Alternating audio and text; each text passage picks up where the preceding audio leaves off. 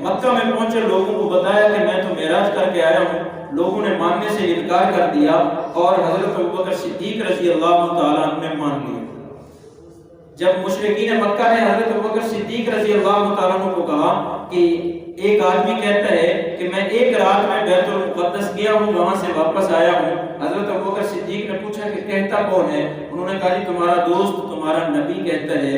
تو حضرت ابوبکر صدیق رضی اللہ تعالیٰ نے فرمایا کہ میں مانتا ہوں، میں تصدیق کرتا ہوں انہوں نے سچ کہا، اس لیے کہ میں اس سے بڑی بات کی تصدیق کرتا ہوں کہ ان کے اوپر صبح شام وحی آتی ہے، وحی لانے والا فرشتہ ساتویں آسمان سے اوپر سے نیچے آتا ہے اور روزانہ آتا جاتا ہے، کئی مرتبہ آتا جاتا ہے۔ تو بیت المقدس جانا کون سا دور ہے؟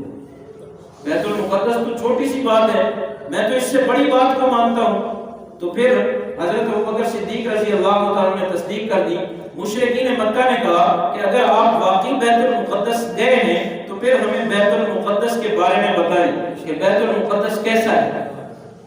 تو آپ صلی اللہ علیہ وسلم نے فرمایا کہ میں نے تو اس کے دروازے کھڑکیاں یہ تو نہیں دیکھی تھی، ان کے اوپر تو غور نہیں کیا تھا، یہ میرا مقصود نہیں تھا، تو لیکن انہوں نے سوال کیا تو اللہ تعالیٰ نے بیت المقدس کو اٹھا کر میرے سامنے رکھ دیا۔ دار عقیل جہاں ان کا گھر تھا حضرت عقیل رضی اللہ تعالیٰ عنہ کا، اس جگہ پر اللہ نے بیت المقدس کو رکھا۔ ادھر سے مشرکین سوال کرتے، میں بیت المقدس سے دیکھ کر ان کو بتا دیتا تھا کہ فلاں چیز اتنی ہے، اس کی کھڑکیاں اتنی ہیں، اس کے دروازے اتنے ہیں، اس کے جو شہدین ہیں وہ اتنے ہیں۔ جو بھی وہ سوال کرتے تھے وہ میرے سامنے، اور بعض روایات میں آتا ہے کہ اللہ نے اس کی تصویر رکھی تھی، لیکن اس دور میں اس کو سمجھنا مشکل نہیں ہے، ہو سکتا ہے اللہ نے اس کی ویڈیو چلا دی ہو۔ آج کل کے دور میں تو اس کو سمجھنا بہت آسان ہے کہ اس کی ویڈیو چل رہی تھی اور آپ صلی اللہ علیہ وسلم نے وہاں سے دیکھ کر مشرکین مکہ کو بتا دیا۔ آپ نے فرمایا کہ ایک قافلہ آ رہا ہے، راستے میں فلاں جگہ پر ہے، یہاں مکہ میں فلاں دن پہنچے گا اور شام سورج غروب ہونے سے پہلے پہنچے گا۔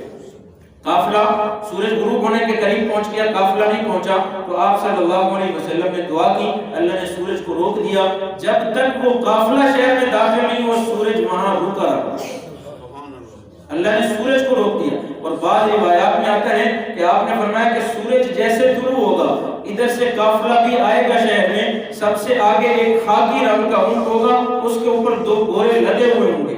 تو لوگ دیکھ رہے تھے اس دن سورج طلوع ہو رہا ہے، جیسے ہی سورج طلوع ہوا ایک بندے نے کہا جی دیکھو جی سورج طلوع ہو گیا ہے، دوسرے نے کہا دیکھو جی قافلہ بھی آ گیا ہے۔ یعنی ایک سورج کو دیکھ رہا تھا، ایک قافلے کی طرف دیکھ رہا تھا، جیسے سورج طلوع ہوا ویسے قافلہ بھی ادھر سے نظر آیا، اور سب سے آگے وہی اونٹ تھا، خاکی رنگ کا اونٹ، اس کے اوپر 2 گھوڑے لدے ہوئے تھے، اس کے علاوہ کوئی چیز نہیں تھی۔ تو پھر ان لوگوں نے، کیونکہ آپ صلی اللہ علیہ وسلم کے مخالف تھے، انہوں نے اس کو بھی جادو کہہ کر رد کر دیا۔ تو آپ صلی اللہ علیہ وسلم کو اللہ نے معراج کا معجزہ عطا فرمایا، اور یہ آپ صلی اللہ علیہ وسلم کے بڑے معجزات میں سے ہے۔